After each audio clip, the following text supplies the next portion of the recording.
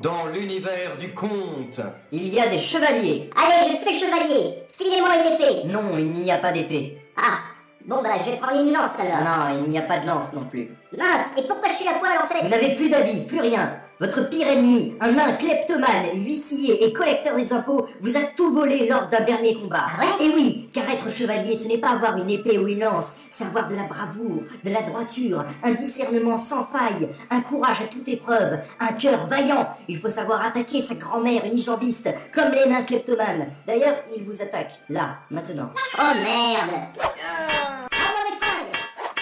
Vous avez récupéré vos affaires? Oui, mais pourquoi je suis habillé en Francis Cabrel? C'est parce que ce n'était pas le bon nain. Eh merde.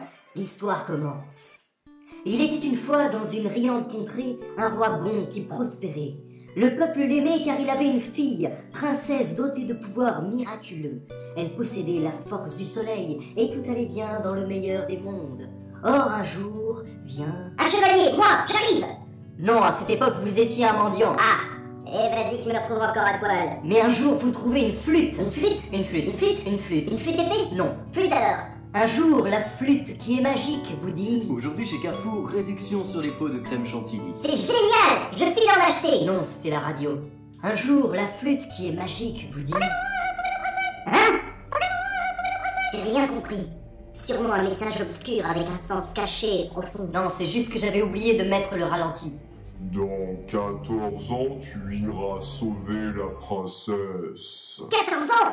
Mais c'est super long. Oui, mais entre-temps, tu manges un champignon. Uh-huh. Puis tu suis une formation de plombier de saut à la corde. Génial. Tu t'habilles en rouge et bleu avec la moustache de Francis Cabrel. Tu te fais nationaliser italien. Et 14 ans plus tard, tu pars sauver la princesse. Ah ouais? Mais j'ai l'air con en remake de Mario. Un chevalier n'a jamais peur du ridicule. C'est vrai.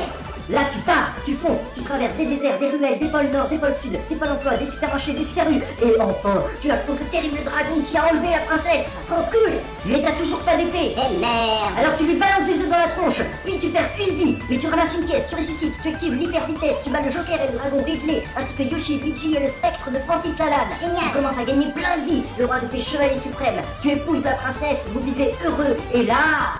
Game over. La console s'éteint. C'est tout? Eh ouais. Mais c'est nul. Je veux une autre aventure. Ça, ce sera pour une autre fois. dans l'univers du conte.